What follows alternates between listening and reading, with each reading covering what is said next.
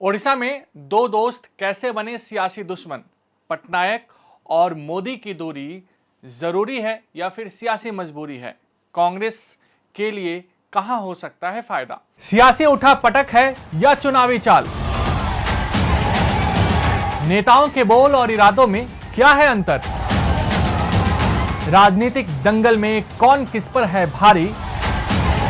हर सियासी दांव की इनसाइड स्टोरी प्रजातंत्र। नमस्कार, प्रभा साक्षी के खास कार्यक्रम प्रजातंत्र में आप सभी का स्वागत है। मैं हूं आपके साथ अंकित सिंह। ओडिशा में एक साथ चल रहे चुनावों में भारतीय जनता पार्टी और बीजू जनता दल के बीच तीखे शब्दों का आदान प्रदान खूब हो रहा है। जहां बीजू जनता दल मतदाताओं के साथ भावनात्मक जुड़ाव बनाए रखने के लिए मुख्यमंत्री नवीन पटनायक पर व्यक्तिगत हमलों का मुद्दा उठा रही है, वहीं विकास के बहाने भाजपा नवीन पटनायक को पूरी तरह से घेरने की भी कोशिश कर रही है। भाजपा ओडिशा अस्मिता का मुद्दा उठा रही है और तमिलनाडु में जन्मे पांडियन पर पटनायक को नियंत्रित करने का आरोप लगा रही है और राजनीतिक लाभ उठाने के लिए ओडिया बनाम गैर ओडिया कथा बनाने की भी कोशिश कर रही है। भाजपा का वार। गृह मंत्री अमित शाह ने लोकसभा चुनाव के 5 चरण पूरे होने के बाद भारतीय जनता पार्टी को 310 सीट मिलने का दावा करते हुए ओडिशा के लोगों से अपील की कि वे राज्य को बाबू राज से आजाद कराएं और भाजपा को केंद्र और राज्य दोनों में सरकार बनाने के लिए समर्थन दें। उन्होंने आरोप लगाया कि राज्य में मुट्ठी भर अधिकारियों का शासन है। शाह ने राज्य में बीजू जनता दल की सरकार पर ओडिशा के गौरव, भाषा, संस्कृति और परंपरा का अपमान करने का भी आरोप लगाया। उन्होंने कहा कि वह राज्य की संस्कृति और गौरव का गला घोट रहे हैं। शाह ने आरोप लगाया कि मुख्यमंत्री नवीन पटनायक राज्य के खनिज संसाधनों को लूटने में कोई कसर नहीं छोड़ रहे हैं। प्रधानमंत्री नरेंद्र मोदी ने कहा कि वह राज्य में सत्तारूढ़ बीजू जनता दल के खिलाफ सत्ता विरोधी मजबूत लहर देख रहे हैं, जिसके कारण इस क्षेत्रीय दल के लिए टिके रहना अब मुश्किल है। उन्होंने कहा कि ओडिशा में सत्तारूढ़ बीजू जनता दल अस्त हो चुका है, जबकि विपक्षी कांग्रेस पस्त हो चुका है, लिहाजा भाजपा को लेकर लोग आश्वस्त हैं। उन्होंने पिछले दिनों नवीन पटनायक को चुनौती देते हुए उनसे ओडिशा के सभी जिलों का नाम भी पूछ लिया था, जो वीडियो वायरल भी हुआ था। बीजद का पलटवार।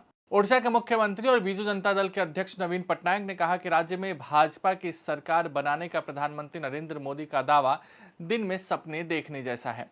पटनायक ने भाजपा नेताओं पर चुनाव से पहले झूठ फैलाने और घड़ियाली आंसू बहाने का भी आरोप लगाया।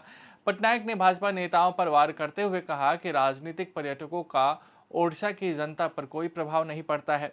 उन्होंने साफ तौर पर कहा कि भाजपा के झूठ के खिलाफ विकास की उनका एकमात्र हथियार है।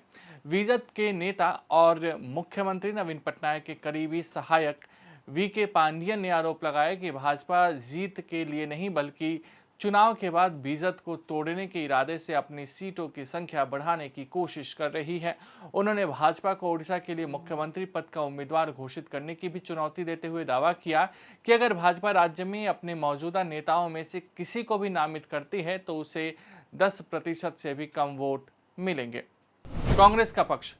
कांग्रेस ने आरोप लगाया कि प्रधानमंत्री नरेंद्र मोदी और मुख्यमंत्री नवीन पटनायक एक ही सिक्के के दो पहलू हैं। जयराम रमेश ने सवाल किया कि प्रधानमंत्री बीजेद के साथ अपनी पार्टी के वास्तविक संबंधों को लेकर झूठ क्यों बोलते हैं।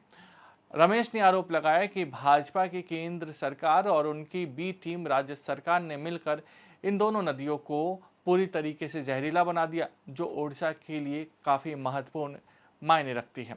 कांग्रेस नेता सचिन पायलट ने नवीन पटनायक के नेतृत्व वाली बीजू जनता दल सरकार पर निशाना साधा और उस पर ठीक से काम नहीं करने का आरोप लगाया। उन्होंने आरोप लगाया कि ओडिशा में बड़े पैमाने पर भ्रष्टाचार व्याप्त है। उन्होंने आरोप लगाया कि बीजेद और भाजपा दोनों के साझा हित हैं, जो उनके पिछले कृत्यों में परिलक्षित होते हैं। दोस्ती चुनावी दुश्मनी में बदली। अभी से 2 महीने पहले इस बात की उम्मीद करना भी मुश्किल लग रहा था कि चुनावी मौसम में बीजेद और भाजपा के बीच इतनी करवाहट देखने को मिलेगी, लेकिन यह करवाहट सिर्फ दोनों पार्टियों के ही बीच नहीं बल्कि दोनों दलों के सर्वोच्च नेताओं के बीच भी दिखाई दे रही है। एक और जहां नरेंद्र मोदी नवीन पटनायक पर निशाना साधने का कोई मौका नहीं छोड़ रहे हैं, तो वहीं दूसरी ओर उनकी ओर से पलटवार भी किया जा रहा है और खुद नवीन पटनायक ऐसा कर रहे हैं। ऐसे में बड़ा सवाल यही है कि आखिर दोनों के बीच इतनी कड़वाहट क्यों?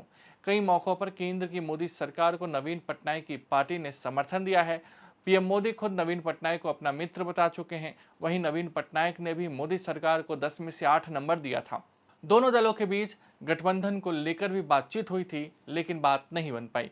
कुछ राजनीतिक विश्लेषकों का मानना है कि यह कड़वाहट सिर्फ चुनाव भर के लिए है। चुनाव बाद दोनों दलों के बीच पहले जैसे ही संबंध बने रहेंगे। इसमें एक और फैक्टर है, वह है कांग्रेस। अगर बीजेडी और बीजेपी एक साथ ओडिशा में मिलकर चुनाव लड़ते तो कांग्रेस को इसका फायदा मिल सकता था और वह राज्य में अपना जनाधार बढ़ा सकती थी। इसके अलावा पांडियन को भी एक बड़ा फैक्टर माना जा रहा है। भाजपा कह रही है कि पांडियन, जो कि तमिलनाडु में जन्मे हैं, वह यहां आकर ओडिशा को कंट्रोल करने की कोशिश कर रहे हैं और शायद इसी वजह से बीजेडी और भाजपा के बीच दूरियां दिखाई दे रही है। मेरा आपसे आग्रह है, अभी मीडिया वालों ने, कुछ लोगों ने शुरू कर दिया है कि यहां हंग असेंबली बनेगी, हंग असेंबली बनेगी। ये सरासर गपबाजी है। यहां भाजपा की पूर्ण बहुमत वाली सरकार बनने वाली है और भाजपा ही अगले 25 वर्ष में ओडिशा को विकास की नई ऊंचाई पर पहुंचाएगी। साथियों, ओडिशा बीजेडी के भ्रष्टाचारी रैकेट से यहां के लोग तंग आ गया है। जो बीजेडी चिट फंड जैसे फर्जीवाड़े से गरीब लोगों को धोखा देती है, वो बीजेडी ने उड़ीसा को क्या दिया?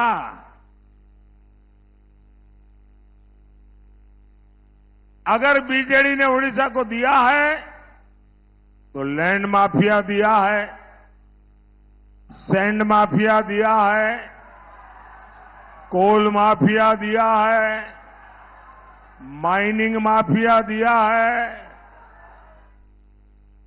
और बीजेडी के विधायक और मंत्री 24/7 जून 10 रे तो नुहे आउ 10 वर्षरे भी बीजेपी ओडिशा लोकंकर हृदय जीति पारिबो नाही।